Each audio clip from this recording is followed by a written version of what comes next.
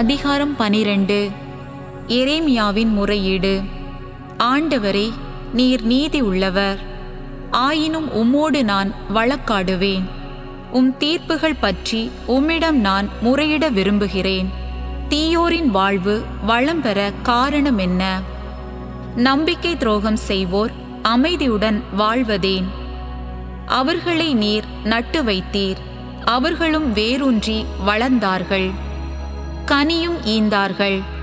அவர்களின் உதடுகளில் நீர் எப்போதும் இருக்கின்றீர். அவர்கள் உள்ளத்திலிருந்தோ மிக தொலைவில் உள்ளீர். ஆனால் ஆண்டவரே, நீர் என்னை அறிவீர், என்னை பார்க்கின்றீர். என் இதயம் உம்மோடுள்ளது என்பதை சோதித்து அறிகின்றீர். அவர்களையோ வெட்டப்படுவதற்கான ஆடுகளைப் போல் கொலையின் நாளுக்கென பிரித்து வையும். எவ்வளவு காலம் மண்ணுலகம் புலம்பிக் கொண்டிருக்கும்? வயல்வெளி புற்பூண்டுகளெல்லாம் வாடி கிடக்கும். மண்ணுலகில் குடியிருப்போர் செய்த தீமைகளின் காரணமாக விலங்குகளும் பறவைகளும் அழிந்து போயின. நம் செயல்களை கடவுள் காண்பதில்லை என்று அவர்கள் சொல்லிக் கொண்டார்கள். காலாள்களோடு ஓடியே நீ களைத்து போனாய். குதிரைகளோடு எவ்வாறு நீ போட்டியிட முடியும்? அமைதியான நாட்டிலேயே நீ அஞ்சுகின்றாய் என்றால் யோர்தானின் காடுகளில் நீ என்ன செய்வாய்? உன் சகோதரரும் உன் தந்தை வீட்டாரும் கூட உனக்கு நம்பிக்கை துரோகம் செய்தார்கள். அவர்களும் உனக்கெதிராக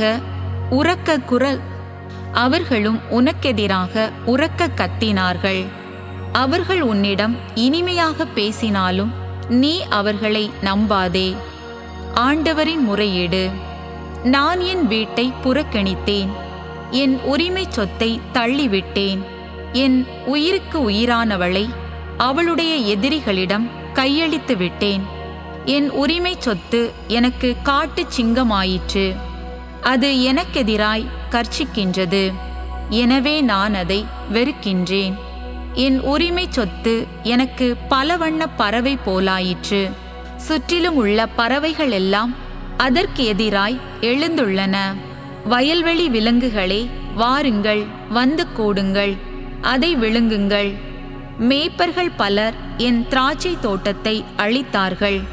எனது பங்கை மிதித்து போட்டார்கள். எனது இனிய பங்கை பாழடைந்த பாலை நிலமாக்கினார்கள். அவர்கள் அதை பாழாக்கினார்கள். அது என்னை நோக்கி புலம்புகின்றது. நாடு முழுவதும் பாழாகிவிட்டது, ஆனால் யாரும் அது பற்றி சிந்திப்பதில்லை. பாலை நிலத்தின் பொட்டல் மேடுகள் அனைத்தின் மேலும் அவற்றை பாழாக்குவோர் வந்து சேர்ந்துள்ளனர். ஏனெனில் ஆண்டவரின் வாள் நாட்டை ஒரு முனை முதல் மறுமுனை வரை அழித்துவிடும். அமைதி என்பது யாருக்குமே இல்லை. கோதுமையை விதைத்தார்கள், ஆனால் முட்களையே அறுத்தார்கள். உழைத்து களைத்தார்கள், ஆயினும் பயனே இல்லை. தங்கள் அறுவடையைக் கண்டு வெட்கமடைந்தார்கள். இதற்கு ஆண்டவரின் கோபக்கனலே காரணம். அண்டை நாட்டினருக்கு தீர்ப்பும் மீட்பும்.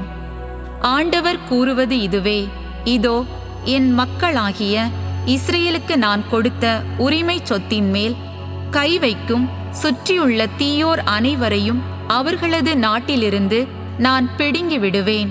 அவர்கள் நடுவிலிருந்து யூதா வீட்டாரையும் பிடுங்கி விடுவேன். அவர்களை பிடுங்கிவிட்ட பின் நான் மீண்டும் அவர்கள் மேல் இறங்கி அவர்கள் ஒவ்வொருவரையும் அவரவர் உரிமை சொத்துக்கும் சொந்த நாட்டுக்கும் திரும்ப கூட்டி வருவேன். அவர்கள் முன்பு பாகாலின் பெயரால் ஆணையிடும்படி என் மக்களுக்கு கற்றுக் கொடுத்தது போல் இப்போது என் மக்களின் வழிமுறைகளை கவனமாய் கற்றுக்கொண்டு வாழும் ஆண்டவர் மேல் ஆணை என என் பெயரால் ஆணையிடுவார்களாகில் அவர்கள் என் மக்கள் நடுவில் வாழ்ந்து வளம் பெறுவார்கள்.